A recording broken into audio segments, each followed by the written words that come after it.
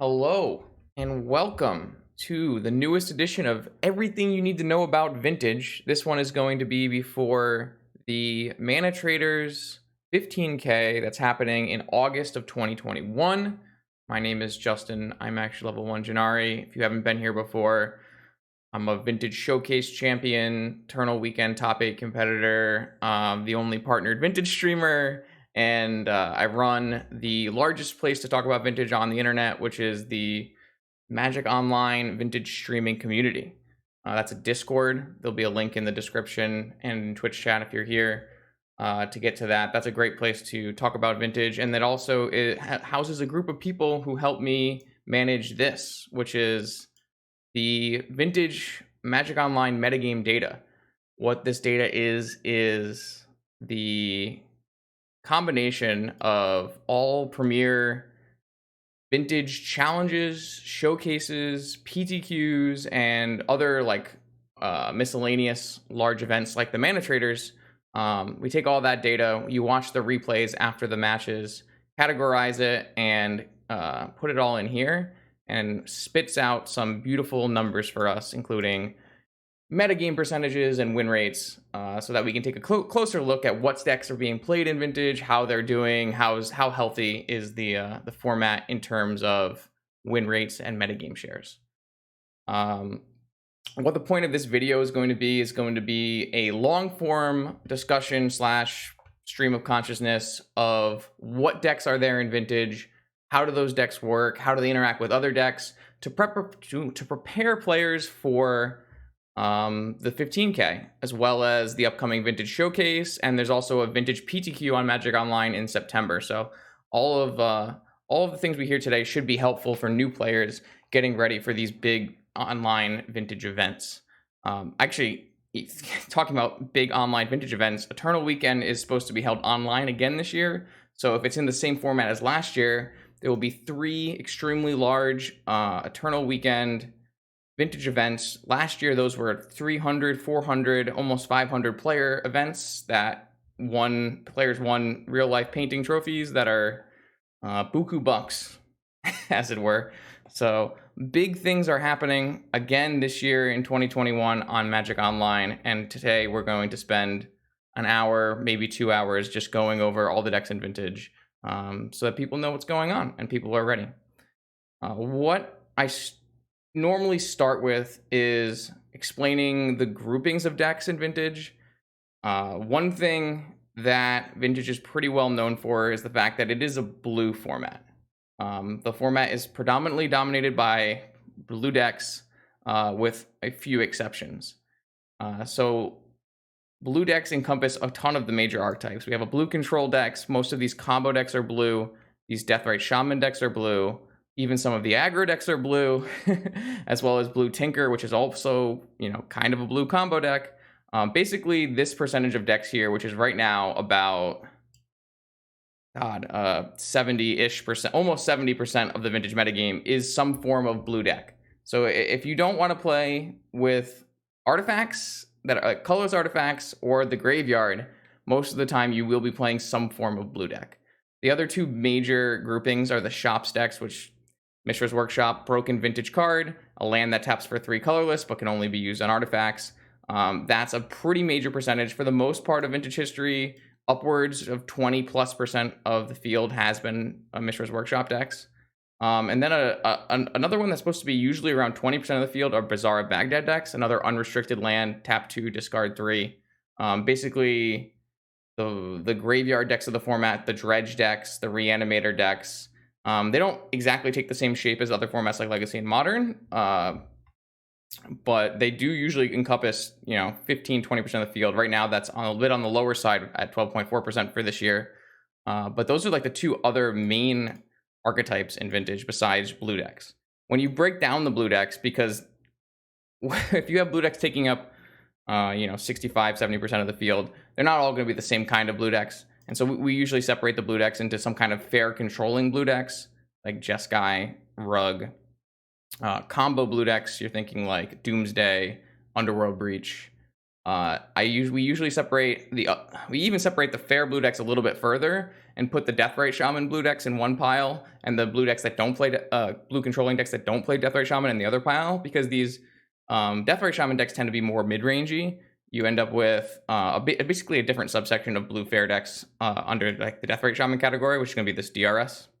Under aggro, there are just every so often people will play different kind of aggressive decks. Sometimes they're mono white, sometimes they're merfolk, sometimes they're like Delver style decks, though most people don't choose to play Delver of Secrets in Vintage compared to Legacy. There's a small contingent of players who still play Oath of Druids, which is an old enchantment that is basically, Oath of Druids is kind of the reanimator of the format, cheating into play big fat creatures that you normally wouldn't be able to cast. And then another huge set of Vintage decks ever since Bolas's Citadel. They've got really a big uptick in the percentage of the format. There was always Tinker decks in Vintage, but ever since Bolas's Citadel, it's gotten to be quite large. And definitely since the printing of Paradoxical Outcome, that has been a huge uptick in PO decks. And blue Tinker decks in general come in a lot of different configurations now, which is interesting, because if you go back and look at the Tinker style decks from the first metagame report that we did in January for the last ManaTraders, most of the blue Tinker decks were just PO decks.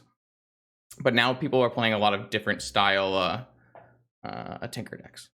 So what I'm going to do is I'm going to take each of these archetypes and we're going to go into each of the decks that are represented inside of the archetypes.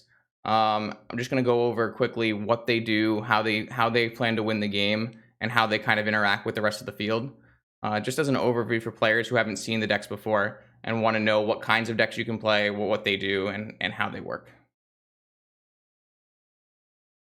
So I'm going to go over here and I'm going to bring up my first set of decks. My first set of decks are the Mishra's Workshop decks, and they can be played in a couple of different ways, and actually in a couple different play styles.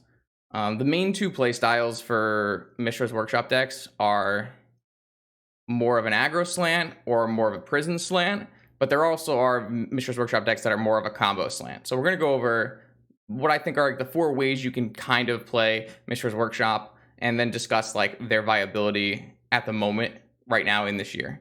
So this first one is the most played Workshop deck inside of 2021, which is typically called Golos Stacks or Golos Shops. It's more of a prison variant. You're using your Mishra's Workshop in combination with Golos Tireless Pilgrim, which came out in M20, to lock your opponent out. Your Golos is going to get you all kinds of goodies like Wasteland, Strip Mine, Ghost Quarter, which you can bring back with Crucible of Worlds over and over again, as well as, you know, singleton cards like Tabernacle to wipe your opponent's board up creatures after they can't pay any more mana. You know, Tolarian Academy gets you a bunch of mana. Caracas can bounce your Golos back to your hand so you can keep getting new lands every turn.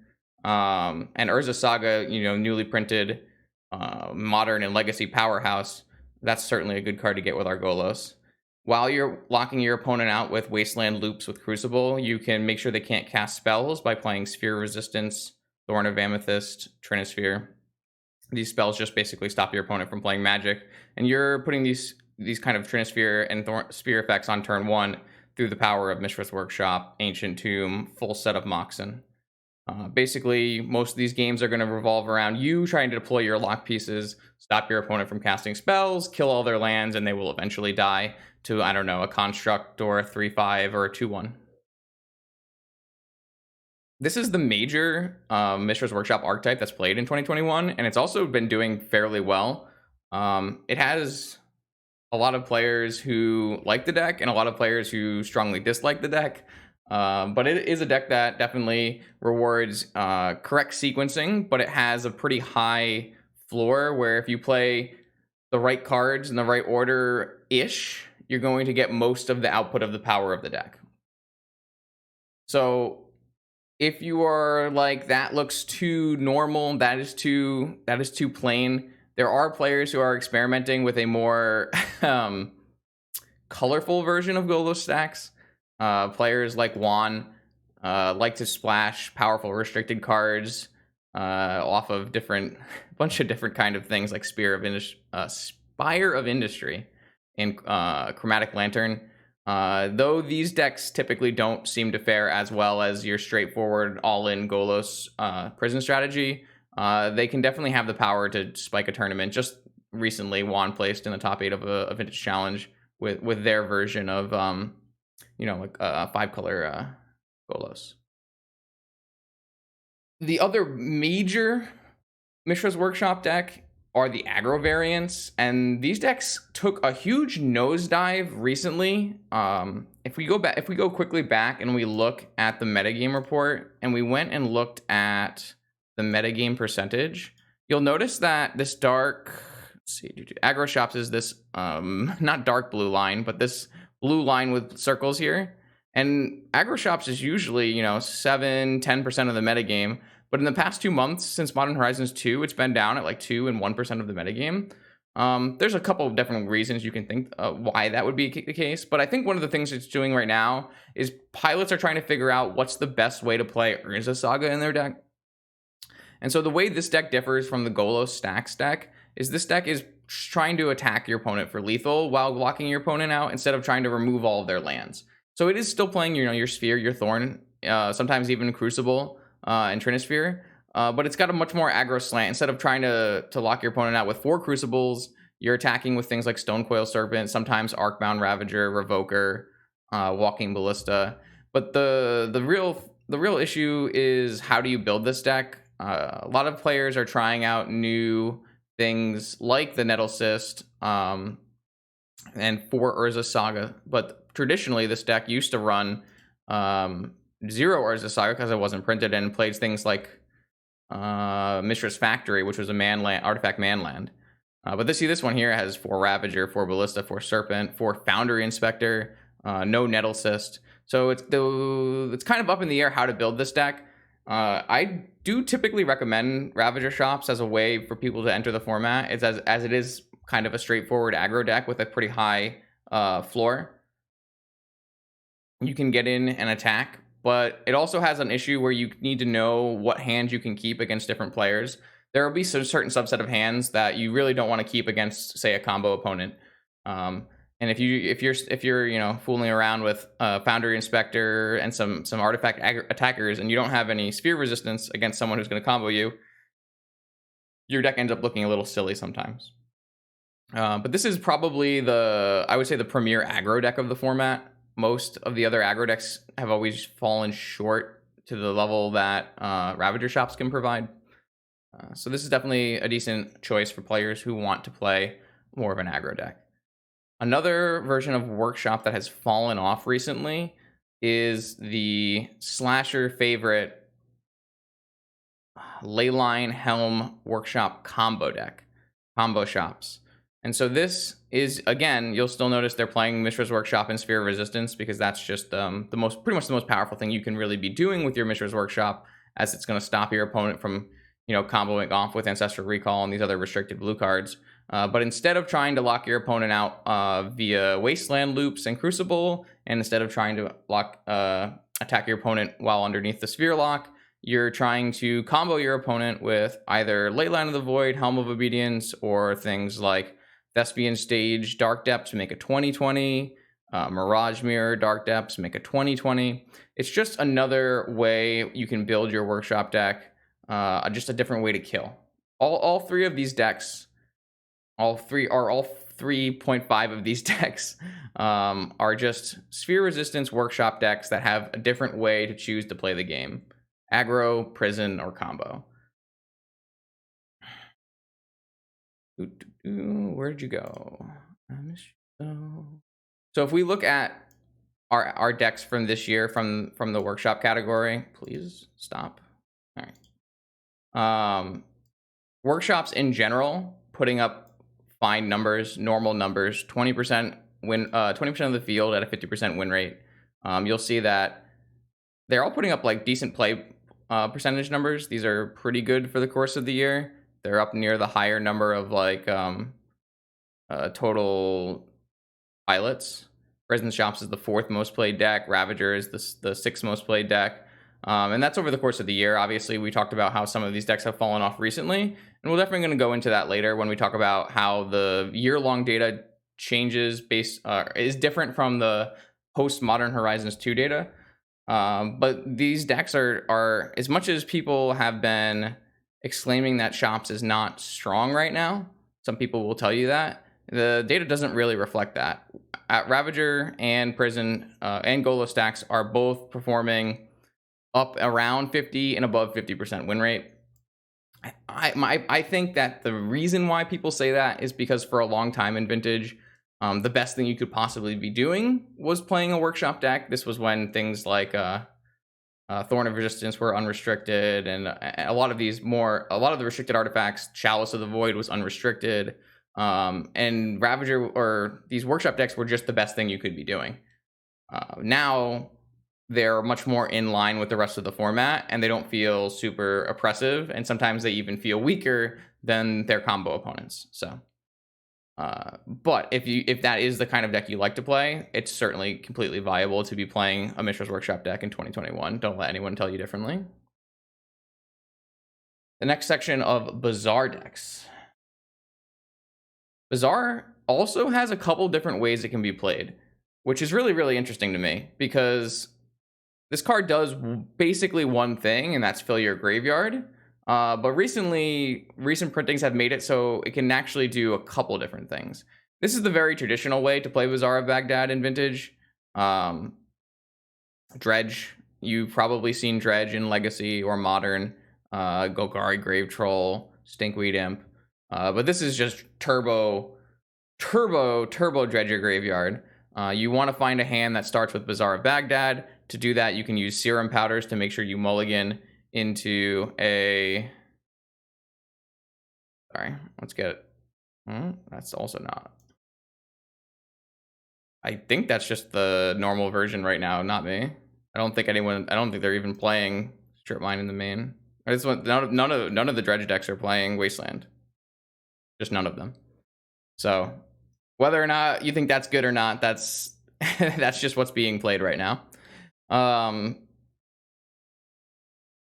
Yeah, so basically you keep a hand that has Bazaar of Baghdad, you tap it, and you discard 3 cards. You discard your dredgers, and then in your next upkeep, you activate your Bazaar of Baghdad. Instead of drawing 2 cards, you dredge your dredgers, and it really doesn't take long to dredge over your entire library. As you're dredging over your library, you're hitting things like Creeping Chill. You can cast Cabal Therapy. You can bring back Icarid, trigger some Bridge from Belows, even bring back Amalgams and Narcomoebas. You can cast free Hollow Ones when you have them in your hand in the beginning. And then you also get to play a bunch of free spells. You can play Force of Will. You can play Force of Vigor. You can play Mindbreak Trap, Contagion. You can really... The world is your oyster in terms of free spells. All the ones that are usually in the bug colors are fair game. Sometimes these decks will play the Wastelands and the Strip Mines in the main deck as a way to kill opposing Bazaar of Baghdad's. But you could also just play 4 Bazaar of Baghdad as your only land. Dredge has fallen off as of recently, but even then it's still putting up top 8s. You got this is not even a couple weeks ago, top 8. This was just this weekend. It was a top 8. So again, there were points in time where even last year where Dredge was the top deck. It hasn't been very often this year where Dredge has been the top deck. Other Bazaar decks have kind of seemingly taken the place of Dredge, but it's still a tried and true strategy. Again, it's not the most straightforward deck in terms of picking it up, because it is very much different than normal Magic. But once you learn the ins and outs of just how you're dredging when you're dredging, the hardest part of this deck becomes when and how you're sideboarding to play around people who are trying to interact with your dredging. So I definitely recommend trying to find some videos of a competent dredge pilot as a way to get into this deck. But once you get into it, it's pretty straightforward. I believe Canister has some videos, and Canister is obviously a very powerful magician, so maybe that'd be a decent place to start. If you don't like the fact that you're playing Bazaar of Baghdad and no other lands, then Hogak is definitely the other option in terms of probably what people would consider a more fair version of Bazaar of Baghdad. This deck does play a bunch of lands so that it can cast spells. It's casting things like Deathrite Shaman, Stitcher's Supplier, as a way to bring back Vengevine and Bloodghast. Sometimes using Basking Rootwalla as a way to help bring back Vengevine, and ultimately casting Hogak. You'll notice that unlike Legacy, this deck, it doesn't have a combo element. In Legacy, there's a combo element where it has like an infinite combo that mills out its whole graveyard, or mills out themselves and then mills out the opponent. It doesn't really exist in Vintage because it's costs a lot of mana. Two mana is a lot of mana in Vintage sometimes. So you kind of just want to bank on your aggro plan. This deck does seemingly play a lot like an aggro deck. So this is your graveyard aggro deck. So back when we were looking at Mishra's Workshop, we had Workshop, aggro combo, and Prison. And this deck does kind of play like a Bazaar of Baghdad aggro deck. You get to play 4 Force of Vigor in the main as a way to blow up main deck hate pieces, blow up Mishra's Workshops cards, blow up combo cards that are not Doomsday. And then in the sideboard, your sideboard is mostly going to be dedicated to stopping the different axes in the format, right? So if you're playing against combo, you want to bring in Deafening Silence. You're playing against creature deck, you're going to bring in the Source of Plowshares. If you're playing against a graveyard deck, you're bringing in Leyline of the Void. An artifact deck, you might be bringing in Collector Roof. Historically, this deck has a hard time beating combo because you're not playing the same amount of permission in the main deck that some of the other Bazaar decks are. For instance, Dredge, you're playing Force of Will and Mindbreak Trap. But this deck, you're not playing Force of Will. You're only on Force of Vigor because you're not in blue. And so you end up having a harder time with combo, where you kind of have to just race the combo, and a lot of the times that's going to fall short. That's why in the board you sometimes see things like Mindbreak Trap or Deafening Silence or both. But the combo is definitely what keeps this deck down, because this deck does play pretty well against some of the more fair creature decks of the format.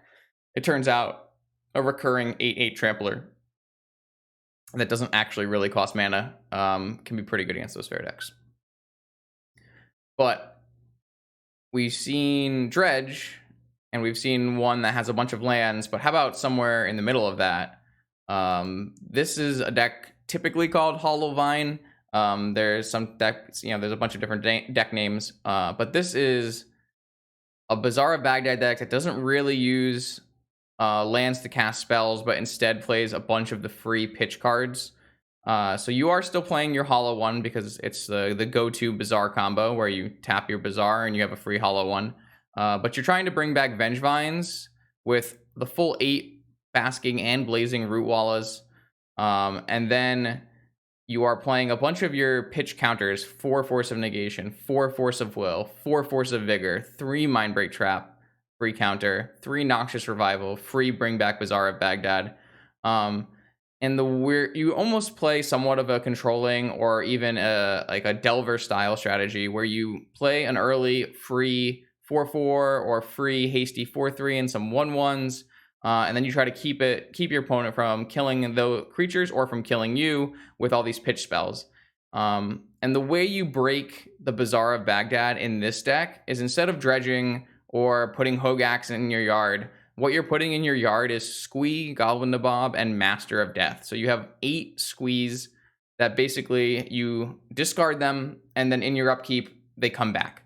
And so they kind of make it so Bazaar of Baghdad doesn't really have that second drawback portion where you're discarding cards. If you discard 3 Squees, your Bazaar of Baghdad basically reads draw 2, and then every turn you're drawing 2. And so it makes it very easy to pay for these cards that cost two cards to cast.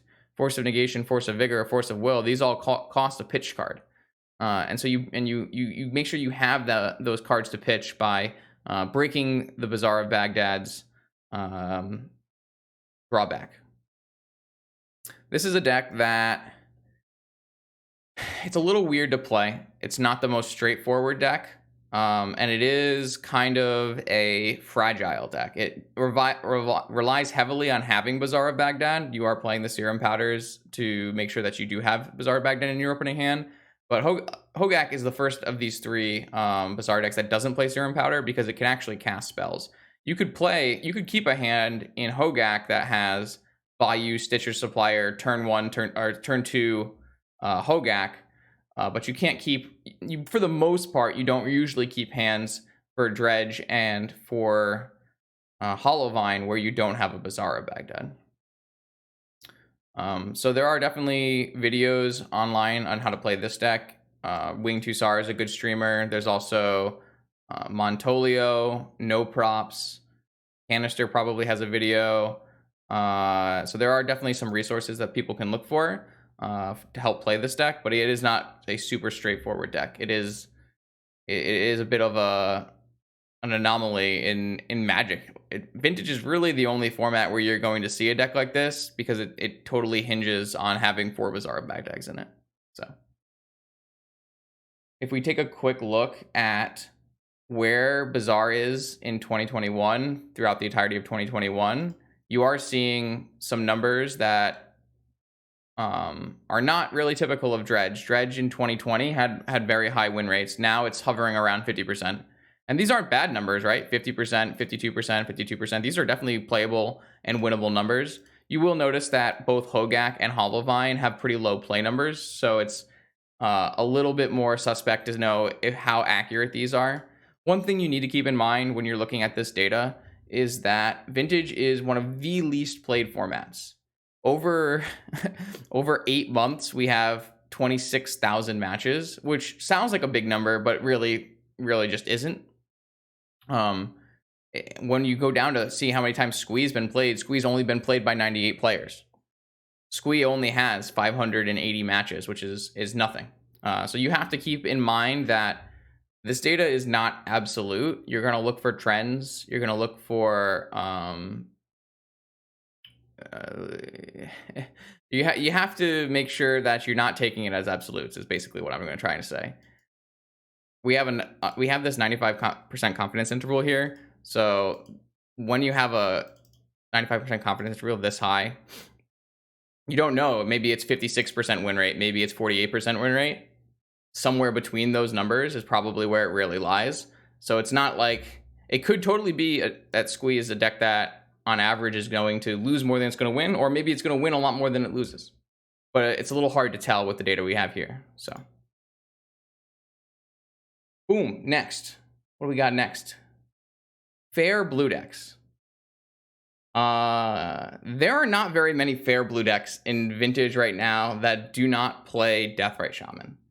In terms of true control decks, it's been a while since Vintage has had a true control deck that has performed well with large play numbers. The last time I posted this on Twitter recently, but I think the last time there was a true control deck that was putting up good numbers was in 2020 and 2019. There were Jeskai decks that were controlling decks that were putting up pretty good numbers.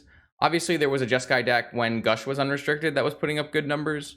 But after Gush was restricted again, and there was like a short period of time where there were controlling decks, but recently, I'll show you in the graph, there just has been a very low play numbers for controlling decks. And the 2 main controlling decks you can choose to play are Jeskai, so blue, white, red, and Rug, red, blue, green.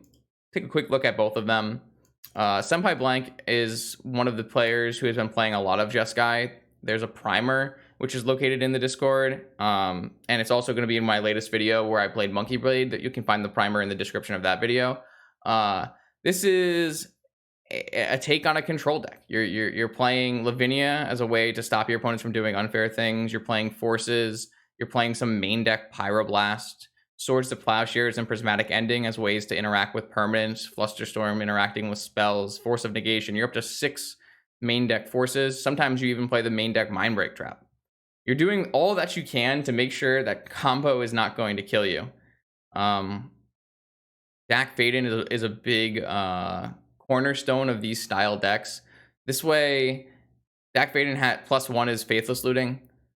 It basically lets you play these more narrow hate pieces, like, say, Pyroblast or Pithing Needle or Mindbreak Trap. And then if they don't turn out to be good in the matchup, you can loot them away later with Dak Faden.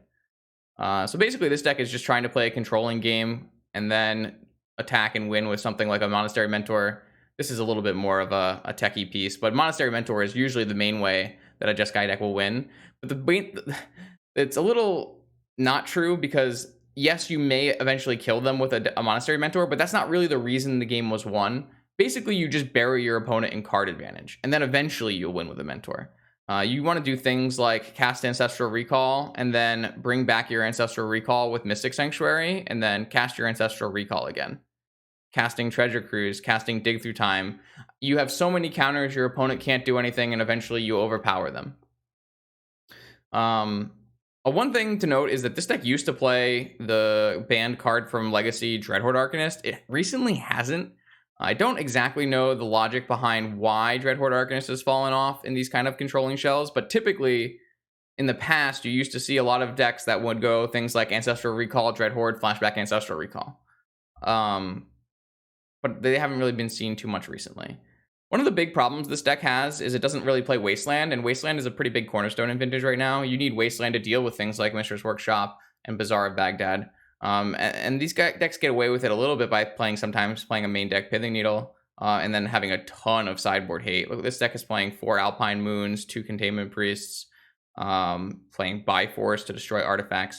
So you really have to have these sideboards pretty well tuned but that's true for most control decks in most formats. So your choices in your deck for your individual cards do tend to matter a lot more when you try to play these more controlling decks in a format. So this deck is definitely in a point of flux where the pilots are trying to figure out how to develop the deck in the new metagame. And I don't think it's there yet, but I wouldn't be surprised in the future to see a well-tuned Jeskai deck come back. The biggest problem, like I said before, is I think the absence of Wasteland and the absence of a combo could be prohibitive for this deck. A different way to play Control is to play Rug, red, green, and blue. What you get in this deck that you lose in white, what you get is you get green, which has 2 very powerful Planeswalkers in Renin 6 and Oko. And you also have the ability to really play Wasteland efficiently. Renin 6 Wasteland and Renin 6 Strip Mine is a very efficient lock. Really stop your opponent from being able to play Magic. And then you also get some of these, you get a faster clock sometimes in Tarmogoyf that also blocks Hollow One. And you also get the very powerful Vintage Hate Bear Collector Roof. Turn off your opponent's Moxins, turn off your opponent's Arcbound Ravagers, turn off your opponent's, different kind of artifacts that enable Paradoxical Outcome combo. And you end up with a lot of the same things as you saw in the other blue decks. A lot of these blue decks will be similar, where you are basically a restricted blue card shell. You have your Ancestral, you have your Delve spells, you have your Gush, you have your Forces, and you play 4 Preordain. And then you have like a couple slots where you have flexible cards like Flusterstorm or Lightning Bolt or Pyroblast. But for the most part, you're playing the same suite of powerful blue spells and looping them back with Mystic Sanctuary. These decks typically just play only the on-color Moxen. The more controlling, non-combo oriented decks typically only want to play the Moxen that are going to be used to cast their spells. Whereas you'll see like the more combo oriented decks play all the Moxen as ways to just ramp into powerful things. Rug is a deck that hasn't seen a huge amount of play, but when it does, seem to fit the metagame correctly, it does seem to have pretty high placings. If you look at these 2 decks, they haven't had huge play numbers recently. Rug just doesn't have huge play numbers in general.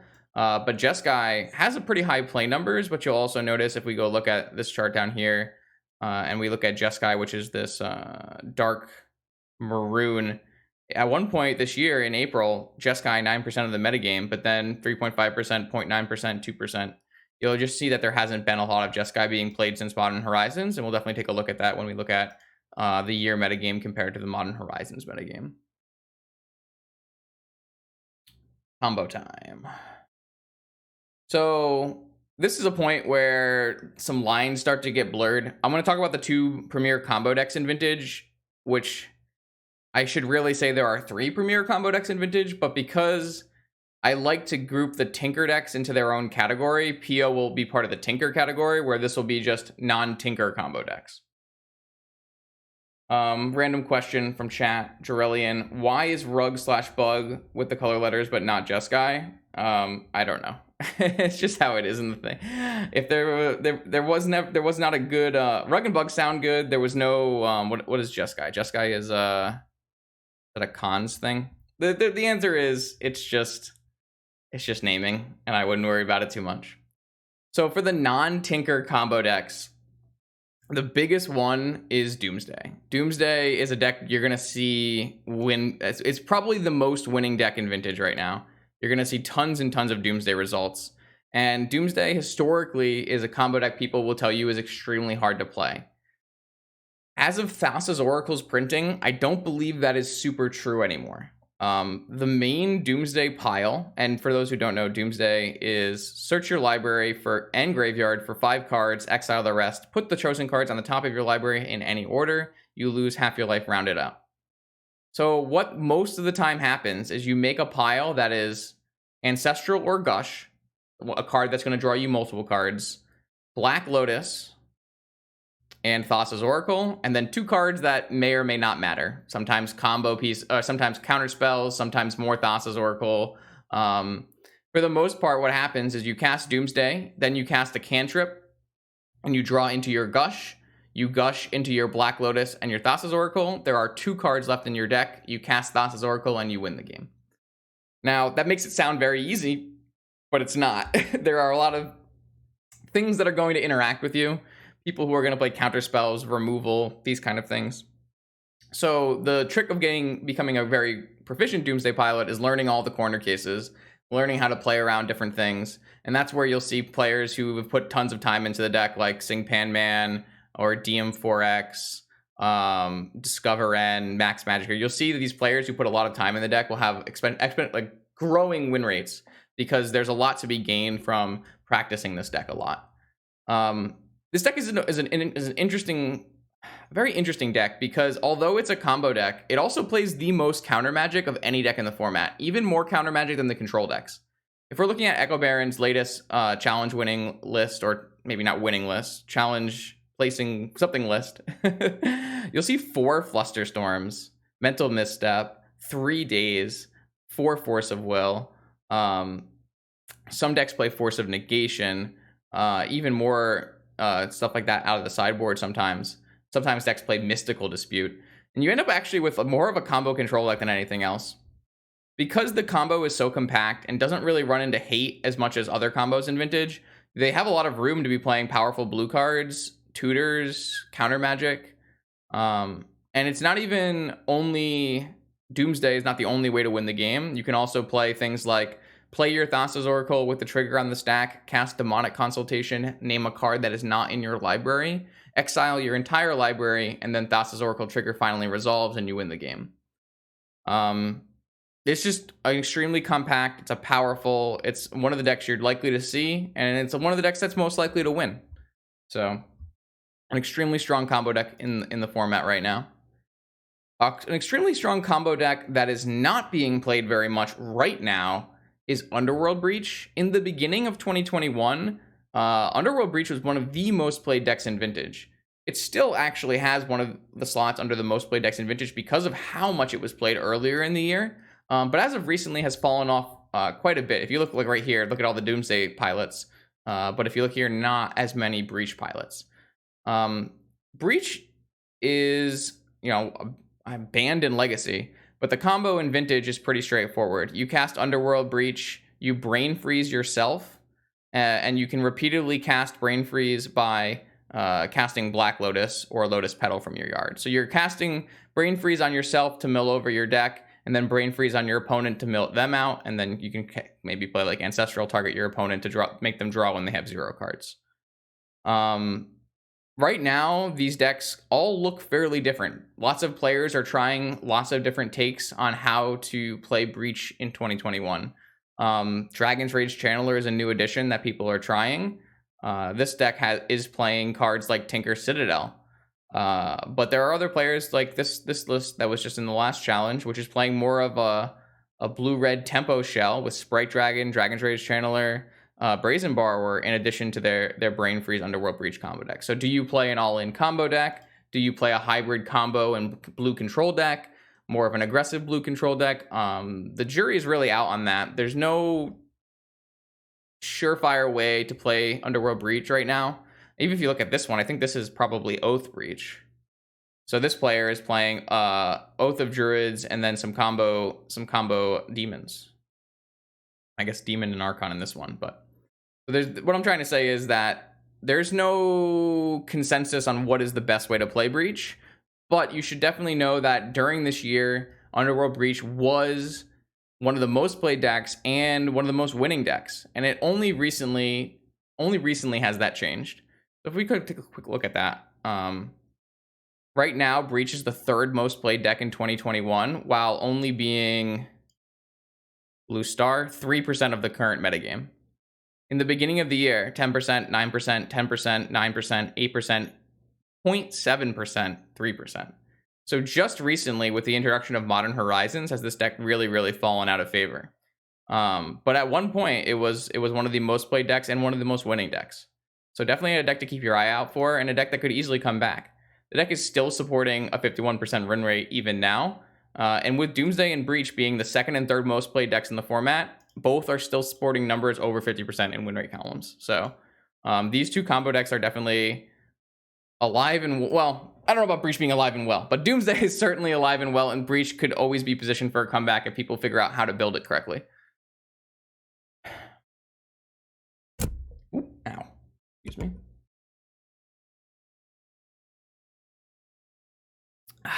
All right.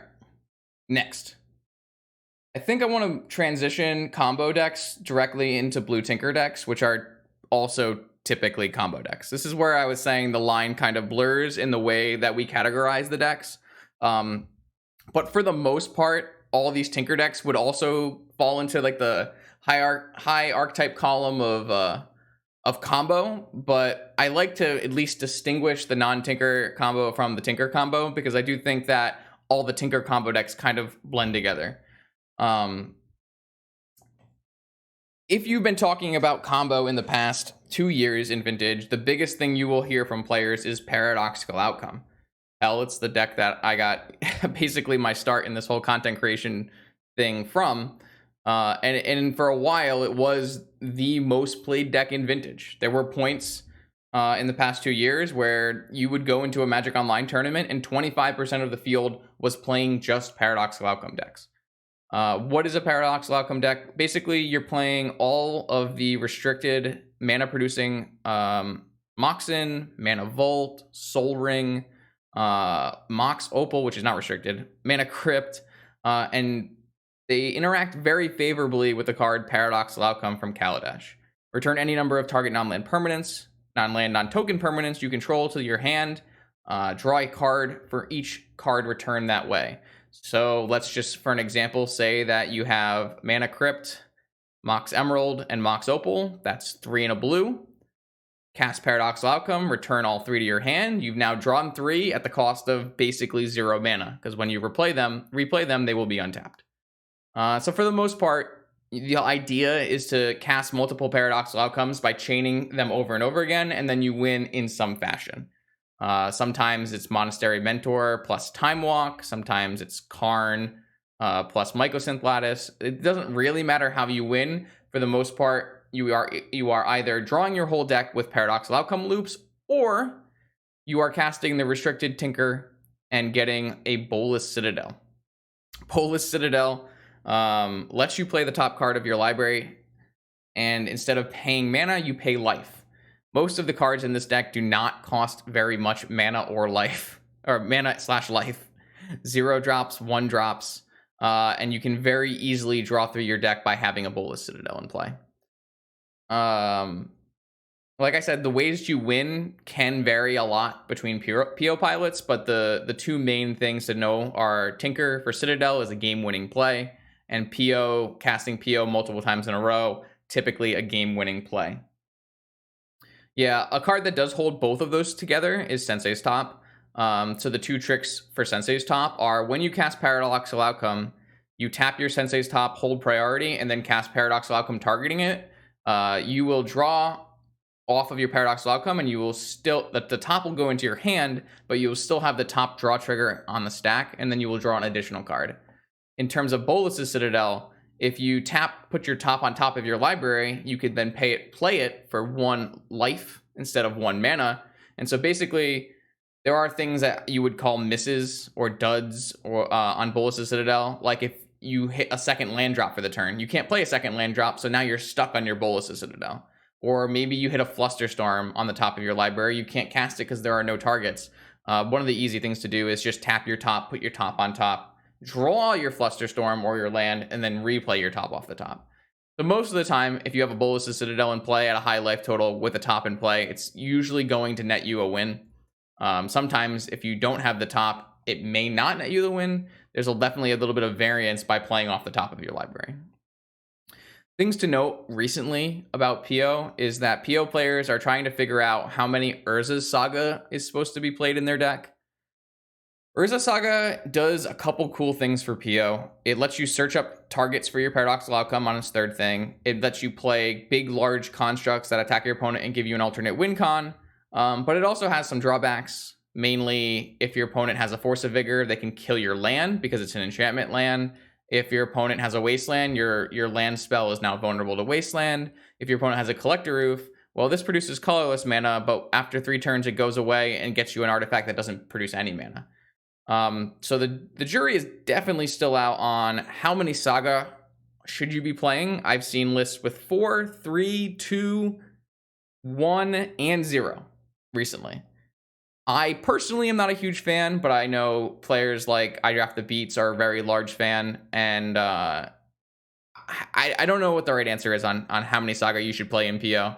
I'm not going to try to convince people that I'm right, but I think the answer might be 0. But I'm too scared, I guess, of Force of Vigor and the number of bug decks that are played. So I don't think it's wrong to register a bunch of Sagas, and I think your deck will still be a strong paradoxical outcome deck, but I don't know what the number you should register. Now, this used to be the main Tinker deck by a large amount. There used to be like, I don't know, say there was 100 pilots and there were 24 PO players. There might be 1 player playing a Tinker deck of a different variety. That's not really the case anymore. There's a couple different Tinker decks, and I want to go through a couple of them with you just because I think you're pretty likely to see them because 1, they're very interesting decks, and 2, they typically end up being pretty fun and very vintagey decks where you're playing a bunch of the powerful cards. This is a deck that I typically call 8 cast because you're playing 4 Thought Cast and 4 Thought Monitor. These are affinity for artifacts, spells that will draw you 2 cards. This one is just a sorcery that'll draw you 2 cards, and this one is like a Mole Drifter. And so this deck is playing an extremely vulnerable mono blue mana base where you play 4 Seat of the Synod, which is the artifact blue land, along with your Urza's Saga, and you're basically just power combo deck. You're drawing as many cards as you possibly can, building out a crazy board of artifacts, and eventually killing your opponent with either Urza's Saga constructs, Urza Lord High Artificer constructs, maybe Bolas's Citadel, Time Vault, and Manifold Key take infinite turns. Time Vault doesn't untap, but you can untap it with a key, tap your Time Vault, take an extra turn, and do that every turn.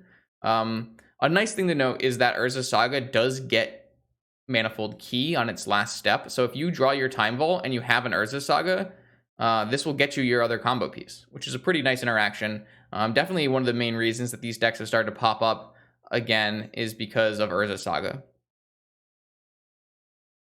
Anything else in this deck that, this deck also sometimes plays Emery, which can have some pretty powerful interactions with, just Mishra's Bauble, drawing an extra card every turn, or replaying some of your combo pieces or your mana rocks from your graveyard. This deck is definitely more of the all-in combo kind of deck than something like PO, which has a little bit more flexibility. This isn't, the only PO deck that's played. Sometimes PO decks are going to be playing... let's try this one. Sometimes PO decks will be in Esper, sometimes they'll be in blue-white, but this deck is mono-blue.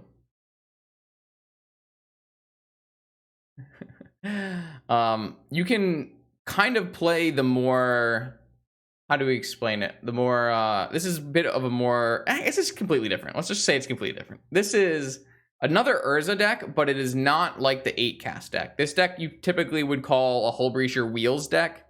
The main interaction is that you play a bunch of Hull Breachers, which make it so your opponent can't draw extra cards, and instead you would get treasure tokens, and then you play the restricted cards, Wheel of Fortune.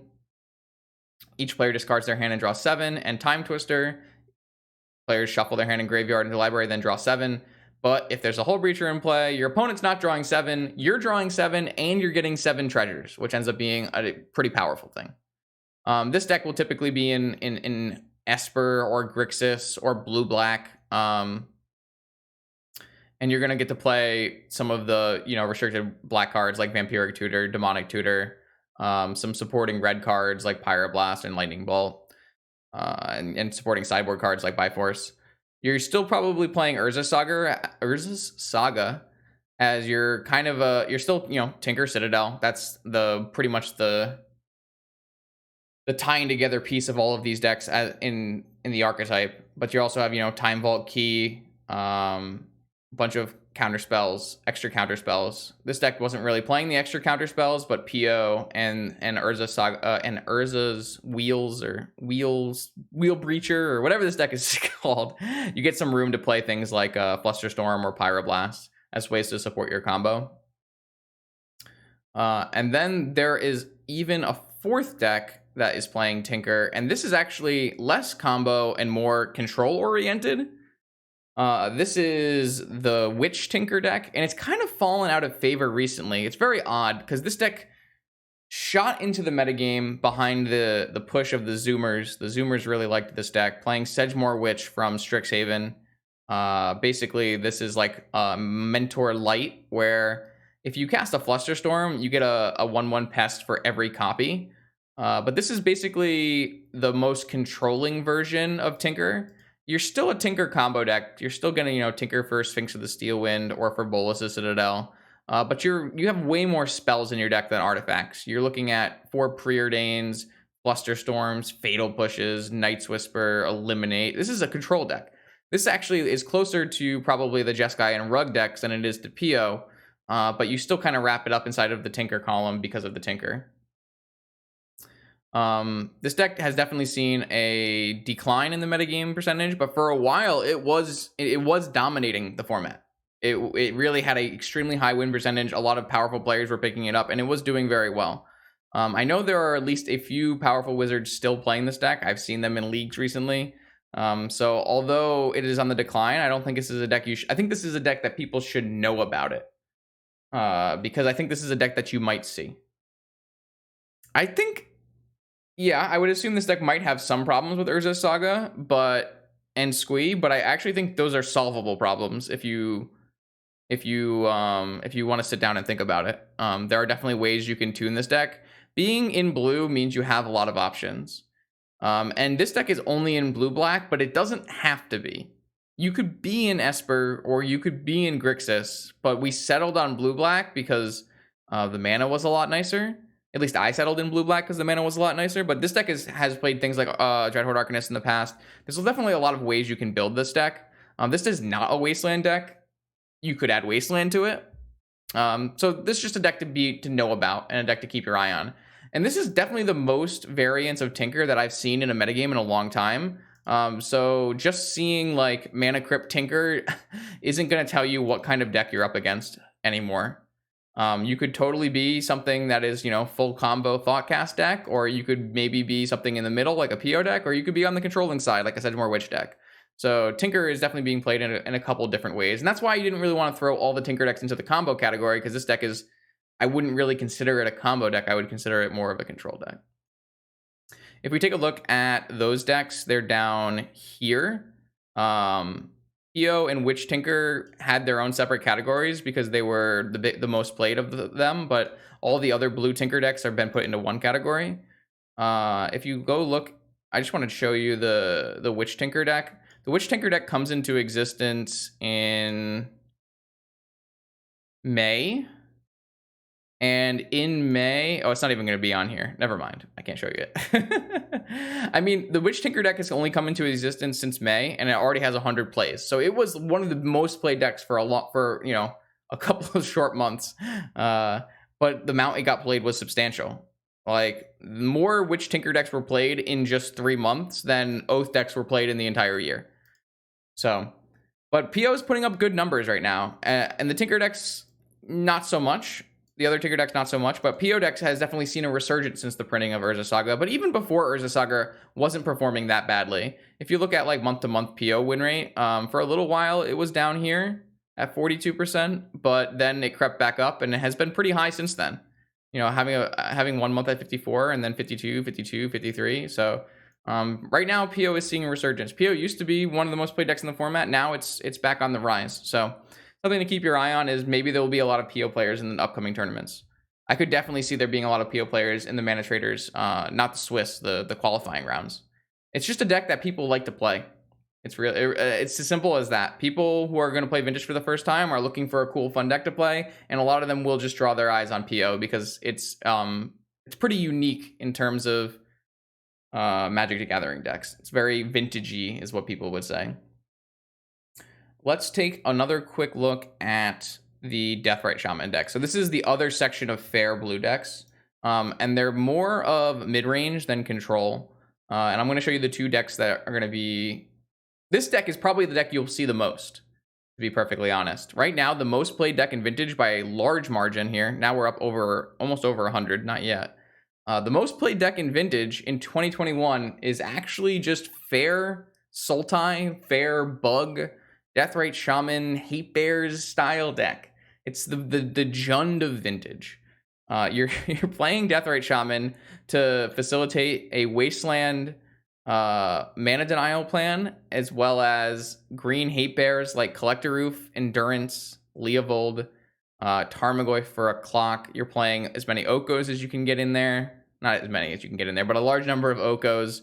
And then the blue restricted cards, the Delve spells, Forces of Will, sometimes of Vigor, Demonic Tutors, your catch-all answer to all permanents in Magic, Assassin's Trophy. You're basically playing, it's somewhere between Hate Bears and Jund. And it's not a deck that feels very vintagey. You don't get to loop Ancestral with Mystic Sanctuary. You don't get to PO back all your Moxen. You get to make sure your opponent doesn't do that, which is fun for some people, and notably does win a lot. Bug is the most played deck in Vintage, and it's the most played deck for a reason, because look at this. I mean, this is just yesterday. This is just yesterday. 6th, 9th, 10th, 11th, 13th, 16th, 19th, 28th. That's a lot of Bug players, and that's a lot of Bug players that did reasonably well. And, I mean, I would agree with what Not Me is saying in chat. It is because it's probably the best Wasteland deck. It gets to continue playing its game by using Deathrite Shaman in combination with Wasteland. So, like, if you play a Deathrite Shaman on turn 1, you Wasteland their land, and then you can still play Collector Roof or Tarmogoyf, or you can still Demonic Tutor for the next hate piece, or you can still Assassin's Trophy their other thing. You can still cast Flusterstorm. You can still do whatever you need to do to stop your opponent from playing Magic. This is a pretty... I don't like recommending this deck because I don't like playing it. But I think it's probably a pretty good deck for someone who has, who plays a lot of Magic and knows the fundamentals of Magic and wants to transfer them easily into Vintage. This is the most Magic, how do you say it? It plays the most like Magic in other formats. Vintage has a bunch of decks that don't play like other formats. It has Bazaar and Workshop and PO, and these are decks that don't really appear in other formats, but this is just a very straightforward, mid-rangey, Jundy Magic deck, where if you have good skill sets in those kind of decks in other formats, then maybe this is a really easy jumping off point, or jumping in point probably. Definitely a deck you are going to see it in the ManaTraders, both in the play-in rounds and in the Swiss, in the PTQ, in the showcase. All of those events will have Bug, and they will have Bug in large numbers because that's just what Vintage looks like in 2021. Now, a deck that has certainly seen large numbers recently is this variant on Deathrite Shaman, and it is mostly seeing large numbers recently because Yuta Takahashi, known online as Dazai, has won 2 of the last 3 challenges with this deck. This is basically a bug deck, except you're playing for Ragavan. So you're adding red to your deck, but wait, it's not really a bug deck because you're not playing black. So wait, Justin, so what is it?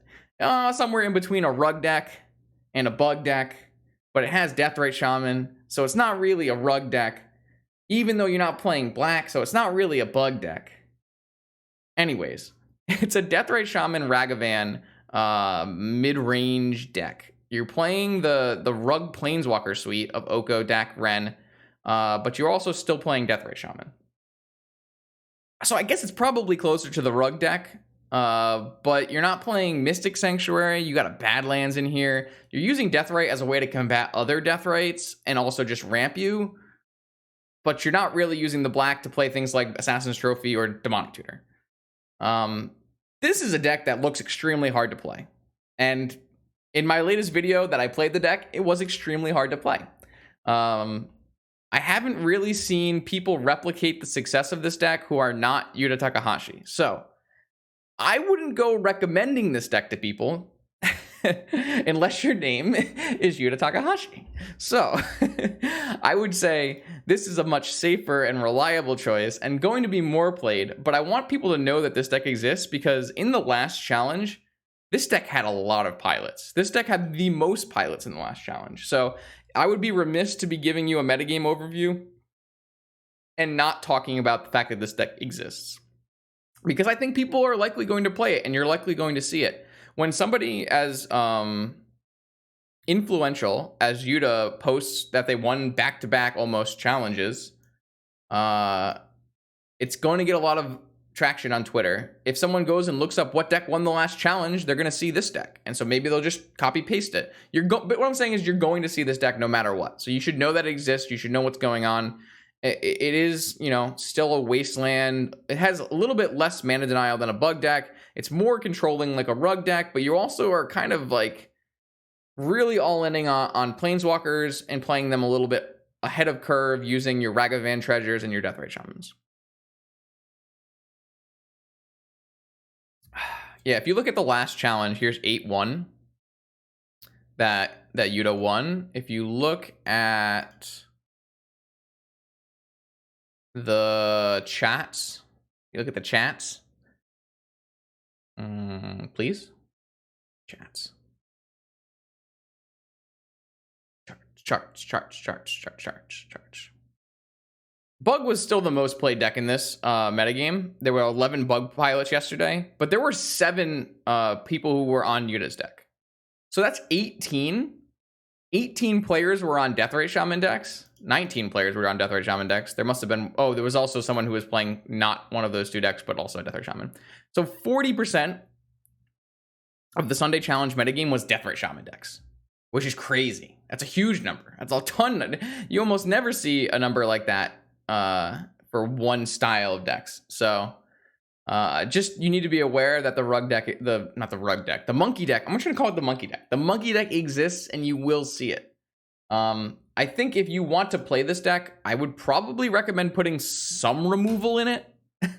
Currently this version doesn't really play removal, and maybe that's because Yuta doesn't need removal and we're just plebs who need removal, but I need removal because I am not good enough to play this deck with no removal. So just something to keep in mind if you want to explore this archetype.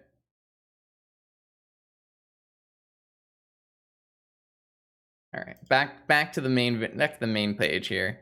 I want to highlight that Bug 486 is the most played deck in Vintage by a good portion now. It's almost over 100 more than the next, and it's still putting up pretty decent numbers. You will notice that once I change the bug number to the data numbers to Modern Horizons, it might not be doing as well as it has been previously, but we'll get to that. That's for later. I have one more section of decks that I want to show you, and that's going to be pretty much every deck that doesn't fit these categories. And I'm going to hit the 4 big ones. This is a deck that's come up recently that hasn't had as much play as other decks, but people are trying it. This is kind of the Legacy deck port.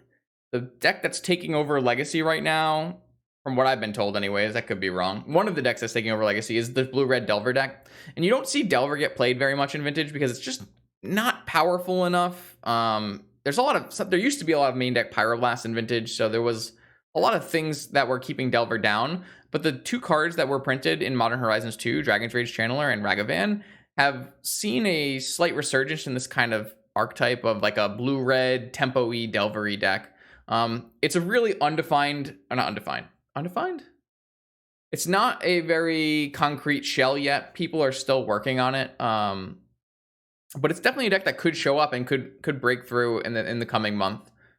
Basically, it's just like the Legacy deck where you're trying to play your early Ragavan and Dragon's Rage Channeler and protect it with, days and forces and stuff like that. In Vintage, you kind of have to, you can't really play 4 days. I've tried. It doesn't exactly work the same. You have to find room for all of these other powerful spells. You need to make sure there's some room for Wasteland for Bazaar of Baghdad, but sometimes you don't want to play all your Wasteland because you want to maybe fit in Dak Faden. So it's somewhere between the blue controlling decks and a 4 Wasteland aggro-y Delver-y deck. And where is the best spot to land on that spectrum? I don't know. We haven't figured it out. I personally, when I was trying this deck, I have a bunch of videos on YouTube of me trying out different Dragon Rage Channeler and Ragavan decks. You can find them. I think they're called Modern Horizons 2 Aggro is the title I put in them. But I kind of like 4 Wastelands, and you're kind of playing in like an aggro deck that has that dazes and the forces. But this is a deck people are trying, and a deck you might see. If you're coming over from Legacy, it's just nowhere close to the same thing as in Legacy, where you're going to see, 20% of the field playing Delver decks. That's just not how it works. A deck that had a very high win rate early in the year, but fell off a cliff and now maybe back a little bit. This is kind of the best Hate Bear aggro deck in the format. Bant Archon. It is, how do I explain? It's a Hate Bears deck that plays Force of Will. So in that case, it's kind of like Bug, but Bug is usually keeping you off permanence and stuff like that, where this is kind of keeping you off spells more than permanence. So the backbone of this deck is, why are there 3 Archons in this list? God, there are 3 Archons in this list? Sorry, I haven't actually taken a look at this list, and I am not happy with it. Okay, yeah, I mean, I think if you asked me, I would say Archon of Emeria is the backbone of this deck, and you should probably play 4. But please don't play Archon of Emeria. It makes me sad because all the decks I like to play get stopped. So what people figured out in the beginning of this year was Archon of Emeria kind of stops Vintage. Each player can't cast more than 1 spell each turn. Non-basic lands your opponents control enter the battlefield tap. That slows games to a complete crawl and sometimes just doesn't let your opponent do anything.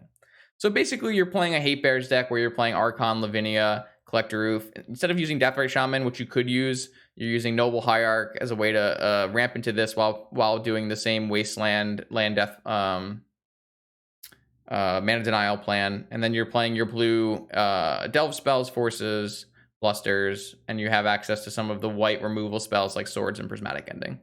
It's not a very popular deck, and recently has kind of fallen off a cliff. It was pretty popular in the beginning of the year, but then kind of nosedived when people figured out it wasn't as strong as they thought it was. People kind of took a little while to adapt to Archon and how to play against it and how to build decks against it. But once people adapted, you saw the win rate, which was pretty high, just kind of plummet. And then you saw the play rate plummet, and then you kind of haven't seen it for a while. But this is definitely a deck that someone who, really likes, I don't know, humans in Legacy or Modern, or maybe like a Hate Bears style deck, but still wants to play Force of Will. Maybe this is a deck that is up your alley, and you might want to try it out. Speaking of Hate Bears decks, a deck that is notably absent in Vintage compared to Legacy is Death and Taxes. That's not to say people aren't trying. People are definitely trying. There are plenty of different players on very different style Death and Taxes decks. Some of them are playing Lurrus, some of them are not playing Lurrus. But you'll see a bunch of different players trying to play Thalia, Garden of Thraben. So a pretty powerful play, and this is not a deck list that has that. How about this one? No, not this one either. That's why I said there's a lot of different ways. In my mind, a pretty powerful way you can play Vintage sometimes is Mox, Cavern of Souls on Human, Thalia. These decks don't seem to do that for whatever reason, but it is a way you can play Vintage on a budget. A lot of these decks are very cheap compared to other decks. These are like 200 tickets. But they don't have a very high win rate, so I don't recommend you playing them. I really try my best to not recommend these decks to players unless you are constrained by budget. These decks can win, and sometimes they do win. But you'll notice when we go and look at these decks in the metagame report that they don't win very often. And more often than not, you are hampering yourself by playing them. However, people will play them, so you should know that they exist. And it's basically just what you think it's going to be. It's going to be a bunch of white hate bears that cost small amounts of mana. Sometimes you get the nice Luminarch Aspirate in there to up the clock. But yeah, I don't know what else to say. A lot of times your combo decks in Vintage can be pretty hampered by this. If I'm playing PO and my opponent starts the game with a uncounterable Thalia and then follows it up with an uncounterable Spirit of the Labyrinth, then it can be pretty hard for me to execute my game plan. But it also is hard for this player to stop my game plan if they're on the draw. You don't really have access to things like Force of Will. At least with the Ban Archon deck, you kind of have access to Force of Will, even though your blue count is very low. This deck, you're kind of play draw dependent. You really are hoping for Moxin to make your Thalia come into play on turn one. Like I said, I don't recommend it, but it exists and people will play it. So you should know that there are players who will play mono white, especially players who are budget focused. If they don't have a high, rental, this is definitely one of the decks that's within the range. One of the things that's happened recently with Magic Online is a lot of the decks have been kind of pushed up into the higher ranges of the rental because of things like Wasteland. Wasteland's only 25 right now, but like Force of Negation, I don't know, maybe not. Hold on, MTGO. Yeah, 25. Things like Force of Negation, it costs as much as 4 Wastelands. So some of these decks have been pushed like way up in budget. This is a 777 ticket deck, which is a lot. And some people aren't going to be able to play decks that are 777 tickets or 1,000 tickets. So there are definitely people who are going to play this deck. You will definitely see it in at least in the qualifying portions of the ManaTraders. So definitely be knowledgeable about what could go in these decks, what kind of hate pieces you're going to see, because it will exist. And then the final kind of oddball deck that you see play in Vintage, enough play to justify me talking about it, is Oath of Druids. It's a boomer deck. Oath of Druids from, God, what is it? Scourge?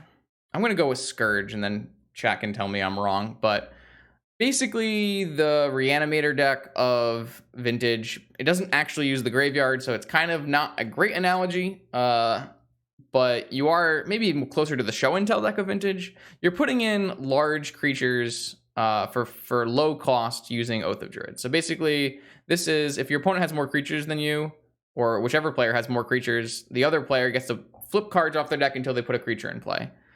Historically, the decks look more like this, where you're putting in Grizzlebrand and Niv Mizzet as your creatures of choice, but Miharu, who is the Oath goddess, the only player who does consistently well with Oath, she's been trying a bunch of different targets, including Archon of Cruelty and Sphinx of the Steel Wind off of Tinker.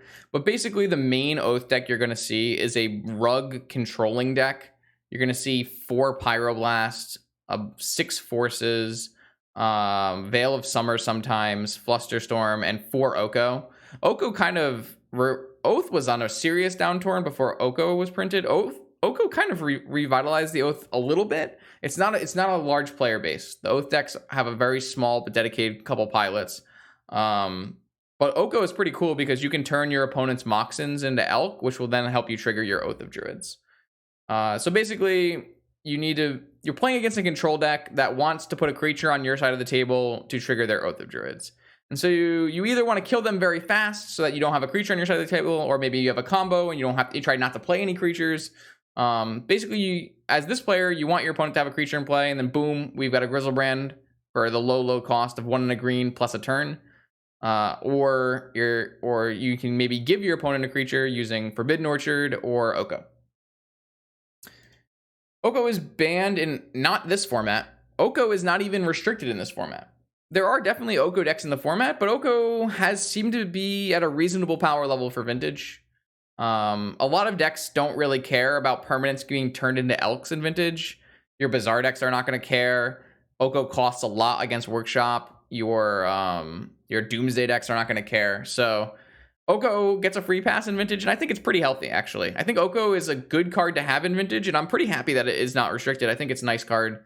I think if Oko is good and things are on the board getting turned into Elks is good, it probably means that the format is in a healthier spot than normal. Because for the most part, I don't find that turning things into Elk is a super problematic or useful ability. Sometimes it's useful, but sometimes you face decks where it's just not. And those decks tend to be more on the unhealthy side of things, like Doomsday, Bazaar, PO, How is this deck versus Waste? It's annoying, for sure. You're only playing one island, but, Oath of Druids is really cheap, so it's pretty easy to put into play. So if we go look at these decks on our sheet, let's go take a quick peek. Bant Archon has a winning, an above 50% win rate, but a reasonably low player number. It had a higher win rate, but a much lower player number. Once the player number spiked up, the win rate dipped. It's seen a little bit of play recently, but not a lot of play recently. And we can probably check that with our Modern Horizons 2 numbers when we go look at those. If you look at Mono White, I wasn't kidding. It's a low play number, only 80 over the year, but the win rate is very low, 46%. It's been even lower before, around 40%. But people will play it. 80 is not a high number, but it's, it's almost as much as the Squee deck, so. And then you have Combo Oath, which isn't really played, which is a different variant on Oath, which is more combo-centric. But the Control Oath has, a pretty reasonable 51% win rate over 100 players over the year. So a deck to keep your eye on. You might see it played against you, but not a huge percentage of the metagame.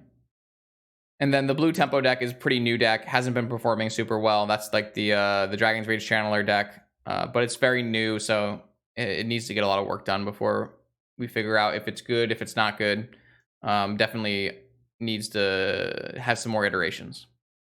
So now that we've talked about all the decks you're likely to see, those are all the major players.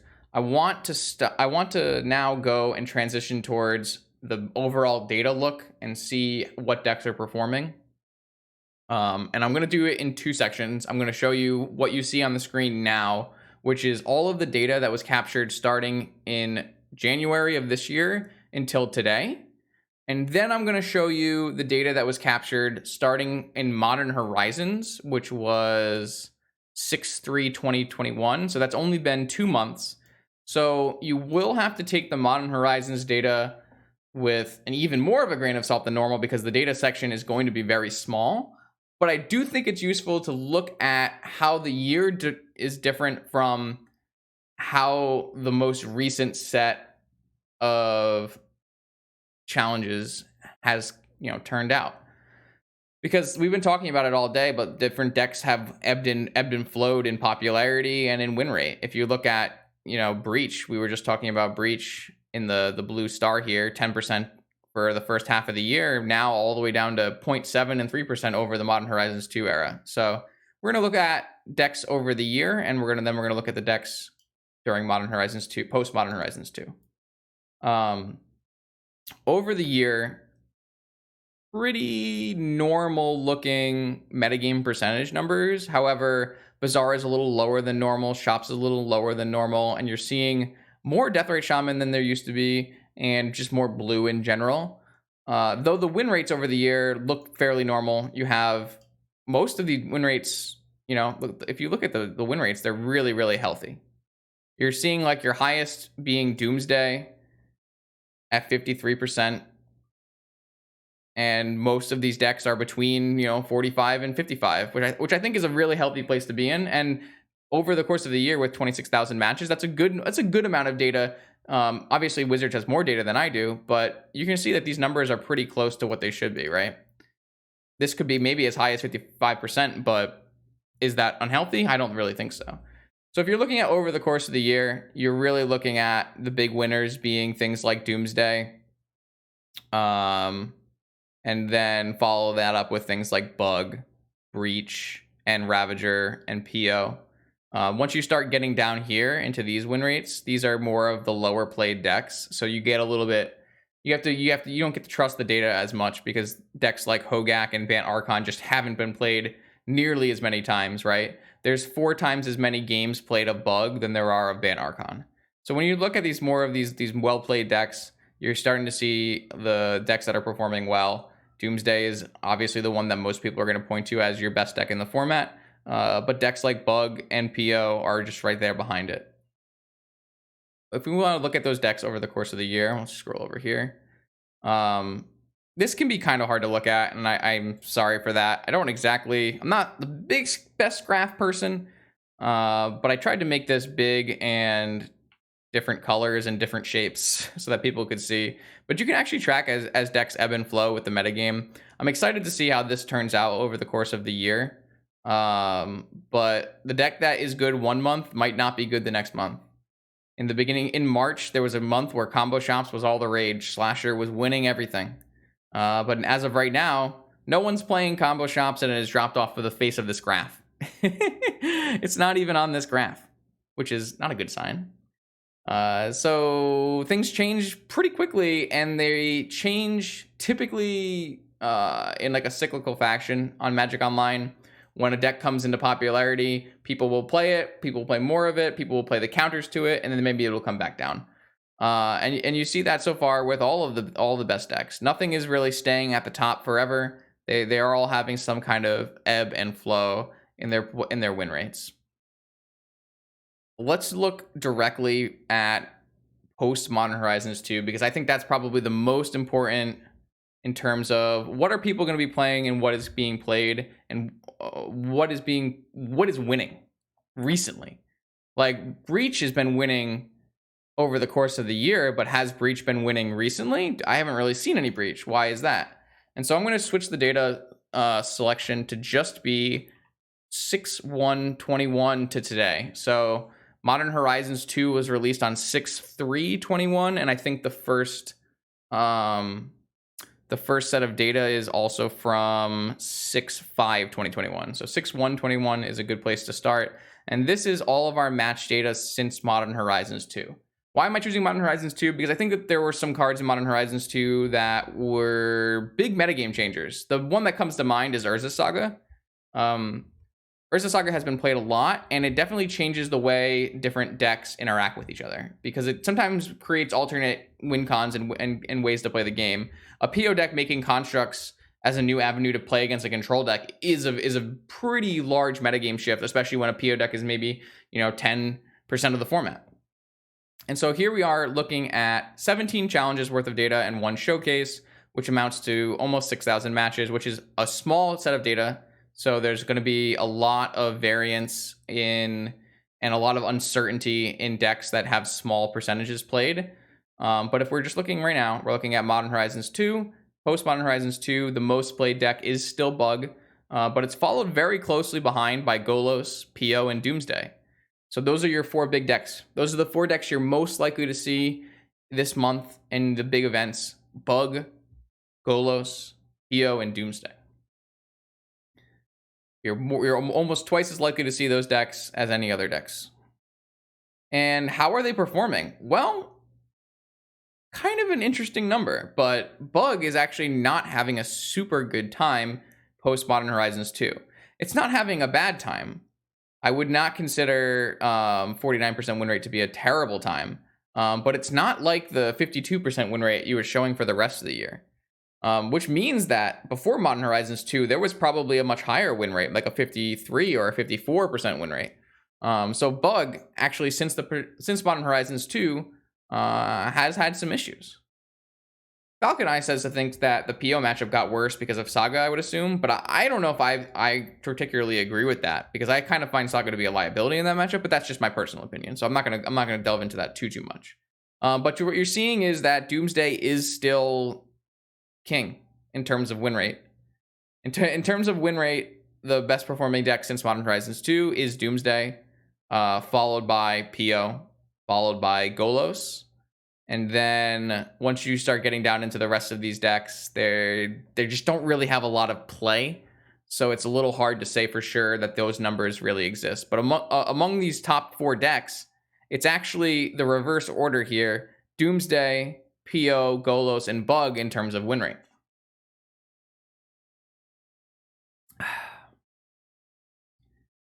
Interesting to note, Breach down here at a very low play number at 22. Aggro Shops, a super low play number. Only 22 players have played Aggro Shops in the past 2 months. That's an absurd number for Vintage. Vintage, you have Aggro Shops historically 15% of the format sometimes. But Aggro Shops isn't even doing poorly. It's, putting up reasonable numbers, but it's just the play rate is super low. Will the play rate go up for this month, for this ManaTraders? It certainly could. Ravager Shops is an accessible deck. It's, not a expensive deck, and people are trying things with it. Canister recently streamed with it. He's been working on a different deck. So I could see these numbers shooting up. If I remember correctly, the last ManaTraders had a large number of aggro shops. Actually, we should go take a look at the last ManaTraders. That would be pretty interesting, actually. When was that? 24, 21? Other, yes. 265 players. Nope, that's the Super PTQ. Damn it. So close, Justin. Was the Super PTQ?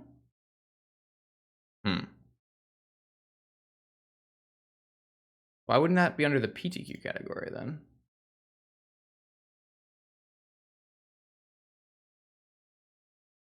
I'm confused. Data guy is confused. This can't be a Super PTQ. Can it? Oh, right here is the ManaTraders? Ah, I found it. 2/6/2021. Okay.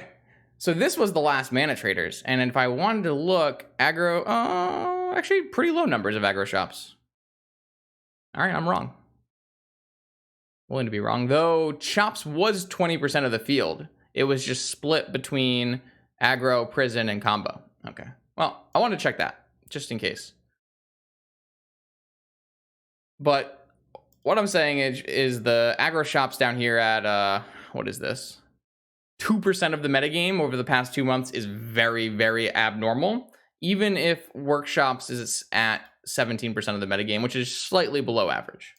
So, but yeah, let's take a quick peek at these numbers. Like I said, Doomsday is the one that stands out the most to me. 55% win rate almost, and it's also one of the most played decks. But Golos Shops at a 52% win rate as the second most played deck is substantial.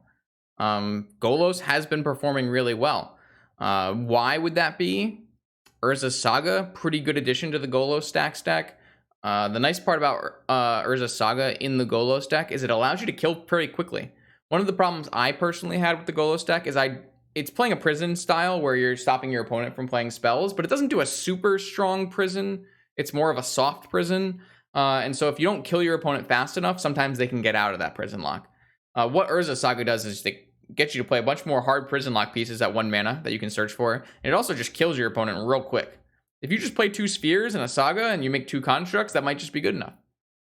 So Urza Saga Prison Shop seeing a pretty big increase, and this is also a deck that people just like to play. 11% of the metagame is substantial. So definitely be on the lookout for people playing Golos Shops, and if that's something that floats your boat, maybe it's a decent choice. You are seeing some pretty bad numbers coming from Dredge over the course of the last 2 months, but you're not seeing terrible numbers coming from the other 2 Bazaar decks. So maybe these are a better choice, but Dredge always seems to do its best when people expect it not to be good. And the qualifier league is open, so maybe it's time for Dredge's comeback. Obviously you're seeing very low control numbers, like I was saying earlier, and they're not doing very well. But you are seeing an increase now in Breach and Doomsday and combo decks in general. Bug and the 4-color Monkey deck are having a rougher time than normal. I still don't count Bug out because of these numbers. You're still going to see a high play percentage of Bug, with it being the most played deck in the format. And I think it could just be an influx of new pilots that is kind of pulling Bug down, because Bug wasn't the most played deck. It was second or third for a long time this year. But recently the Bug numbers have just gone way, way, way up. Then a bunch of decks that are pretty low play numbers. We can't really count any of these numbers. Of the numbers that are high, we do have PO and the various other blue Tinker decks. I wanted to point this out because 50 is not super high number of, only 300 matches or so. But the Tinker decks seem to be performing much better now than they did earlier in the year. That includes both PO and the Hull Breacher decks, the 8-cast decks, the Wheels decks. All of those 3 variants that are not PO are all encompassed inside of other blue Tinker, and they have been doing well. The problem with having 3 variants of decks all in other blue Tinker is we don't know which of those variants are doing well, but the problem is once you break it up into those 3 variants, you have even less numbers, and they mean even less. Like 300 matches is already very low. If we had to break that, into 1/3, 1/3, 1/3, then we're looking at numbers that might not mean very much. Oh, just a quick peek down here, June and July. You can see it though, pretty well. You can see pretty well what the metagame is going to look like right now. Bug, Golos, Doomsday, and PO. Those are your big 4. And so now when you go and take a look at your decks and how you tune your decks for the upcoming tournaments, you know what to tune them against. You know you're going to place the most Bug, Golos, PO, and Doomsday. The problem then becomes those decks are all wildly different. Well, PO and Doomsday aren't super wildly different. Cluster kind of works for both of them. But when you compare them to Bug and Golos, they certainly get different. And then if you were to say combine Squee, Dredge, and Hogak into Bazaar decks, well, all of a sudden 60, 50, and 30, that's 130, that's the same number of Bug. So you're just as likely to see a Bazaar deck as a Bug deck. 15% Bazaar. 18% Deathrite Shaman. So it's tough. It's a balanced metagame, and it's a diverse metagame. It really is. The strategies that are being played right now, if you don't boil them down into simple things like, I don't know, Wasteland and combo, which is a way you can boil it down simply, you will see that there's a lot of different style decks. And the problem with grouping things like Hogak, Dredge, and Squee into the same category is they kind of take different kind of hate to deal with. The cards that are very effective versus Dredge are not the same as the cards that are effective versus Squee. And they're not the same as the cards that are effective versus Hogak. So it's tough. Real tough. But hopefully that is a good enough overview for everyone who is new to Vintage, who wanted to know about what are all the decks and what are they capable of and how are they performing. What I want to do now is for the next 15 minutes or so, I want to just open up to chat questions. We have a decent amount of people here tonight. I know there's a lot of Vintage regulars in here as well. But if you think I missed anything that is of substantial note that people would want to know, post it in chat. If you have any questions that I didn't answer, post it in chat, and I'll just see if there's anything I really missed or anything people want to talk about while we're sitting here and talking about the metagame.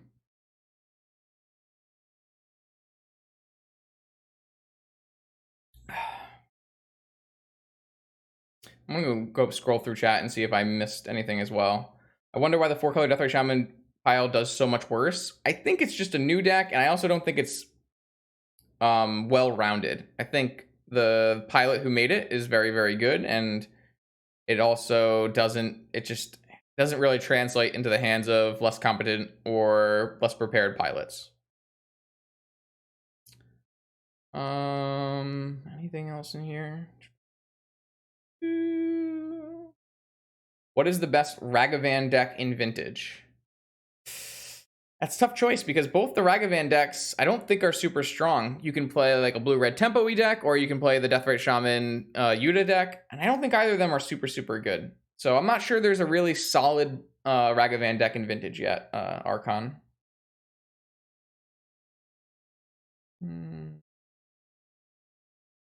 What is the best place to get a loan if I want to play one of these decks? In Magic Online, not expensive. I mean, it's still expensive. It's still Magic the Gathering Online, but it's a much more accessible than paper Vintage. That's for sure. AHB says I missed the beginning. What about Eldrazi? Eldrazi just doesn't really exist in 2021 Vintage. There are, you know, 1 or 2 players who are trying Eldrazi decks still, though they look vastly different than Eldrazi decks of Vintage past. But for the most part, like, we've removed Eldrazi from the archetype table, and there are just very few Eldrazi decks being played. If I were to go to search here and I were to go to other aggro, for 1/1/21, 1 Eldrazi, 2 Eldrazi, here's some Eldrazi. So there are a couple Eldrazi decks from the beginning of the year and throughout the year. Maybe Ravena Oracle, Ravena Oracle, Ravena Oracle, Ravena Oracle, Cheer 1. Fair. So there are just like not very many Eldrazi pilots. Like, there are definitely still people who will try Eldrazi, but it's not enough pilots to have a substantial archetype for it. Do I have a brother that streams stocks? Not that I know of. What angles should you best try and beat Hollowvine? Hollowvine, in my mind, folds pretty hard to interacting with their Bazaar of Baghdad. So you typically need to be playing a Wasteland deck to be efficient against Hollowvine, and that's just how it is. You can also hope that they mulligan. I do think that like Bug and Wasteland based decks are the best decks against Hollowvine, but I also don't think Hollowvine is. I find that Hollowvine is never going to be a huge percentage of the metagame, so it's hard to worry too much about Hollowvine, even if it is one of the stronger decks, because it's just such a small metagame percentage. It's also a hard deck to play, and it's also an expensive deck. Hollowvine is. It's probably the most expensive Vintage deck, right? 880 tickets. Yeah, Hollowvine's just the most expensive Vintage deck. Well, I guess actually the Ragavan deck would be the most expensive Vintage deck, but okay. Well, it's the second most expensive Vintage deck, so it's really hard to combo through Hollowvine just because they play so much free interaction. So what you really need to do is stop them at the source, which is Bazaar, and you really can't do that without Wasteland. That's just the best way to do it. Because if you try to stop Bazaar with things like Pithing Needle, you end up running into the problem of Force of Negation, Force of Will, Force of Vigor. It's tough. It's a really hard deck to combat. Is Not Me White better than Eldrazi? I mean, I wouldn't play either, but it's certainly a way you could go if you wanted to play an Eldrazi style deck.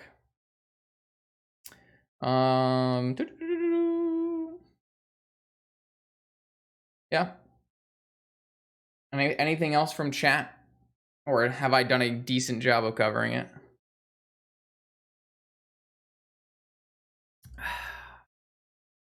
I don't know what I'm going to play yet. I know that I'm going to stream all of my ManaTraders matches, and I'll probably play a variety of decks for my ManaTraders matches. But we have a showcase coming up this weekend. So Saturday, the 7th. I think I'm going to play Pio. To be pretty honest with you. But, I mean, everyone already knew that, right? I mean, if you were to just directly look at the data and ask what the best deck is, the answer is Doomsday. Over the course of the year, 2019 PO. Over the course of the last 2 months, the answer is just Doomsday in both instances. So I think Doomsday is clearly statistically the best deck in the format. But maybe it can be metagame for it. There was totally a point this year where Doomsday was the best deck and people gamed for it and they shut it down. Let's see if we can find it. Yeah, this is the point I was thinking about. In April, Doomsday was the best deck and people were, you know, they wanted to beat Doomsday, and so people did gear their decks to beat Doomsday, and in May it did drop down to 50% win rate. Now, once it dropped to 50% win rate, everyone stopped beating Doomsday, and it went back up to 55, but that was the point of the time, I think, where Sedgemoor Witch decks were popular that played 4 Flusterstorms in the main deck. And so maybe that's what you need to beat Doomsday. Maybe you need to play 4 Flusterstorms in your 75. Maybe you need to play Opposition Agent or Hull Breacher or whatever. What is the Doomsday versus Bazaar matchup like? I don't know. Maybe someone in chat can answer that. I would think that decks like Hollowvine have a pretty good Doomsday matchup. But I know that Hogak has a terrible Doomsday matchup. I don't know exactly how Dredge versus Doomsday works. But I feel like Squeeze should have a pretty decent matchup against Doomsday. Do I think that Doomsday needs a ban and restriction? I don't really want to go too deep into ban and restriction talk. All I want to say is that in terms of win rates and in terms of diversity, Vintage is extremely healthy. Probably one of the most healthy Magic formats right now in terms of both win rate and in terms of diversity. It does have some issues with play patterns. It does feel like a lot of games don't have enough agency, but that's kind of a hard metric to quantify and a very subjective metric per person basis. So those are like the kind of things you look at when you're looking at things like ban and restrictions are win percentages, deck diversity, and play patterns. And so for 2 of those 3, I think Vintage is doing very well. Can't believe it's been over a year of subbing. Watched YouTube for a long time before that. Still the best channel on Twitch, honestly. Damn right. Thanks, Potato. I appreciate the continued support. And I want to thank everybody in chat and on YouTube for their continued support as well. It's been a crazy almost 3 years of streaming, so I don't think, maybe almost 3 years. I know that non-interactive is coming up on 3 years in the not too distant future, maybe 2.5 years. But yeah, I think we've covered everything that I wanted to cover. I think we've gotten a good gist of what are all the decks that people are going to play and where they're at in the metagame. So I'm pretty good to end this here. Good luck to everyone who is playing the ManaTraders, the Vintage Showcase, the Vintage PTQ,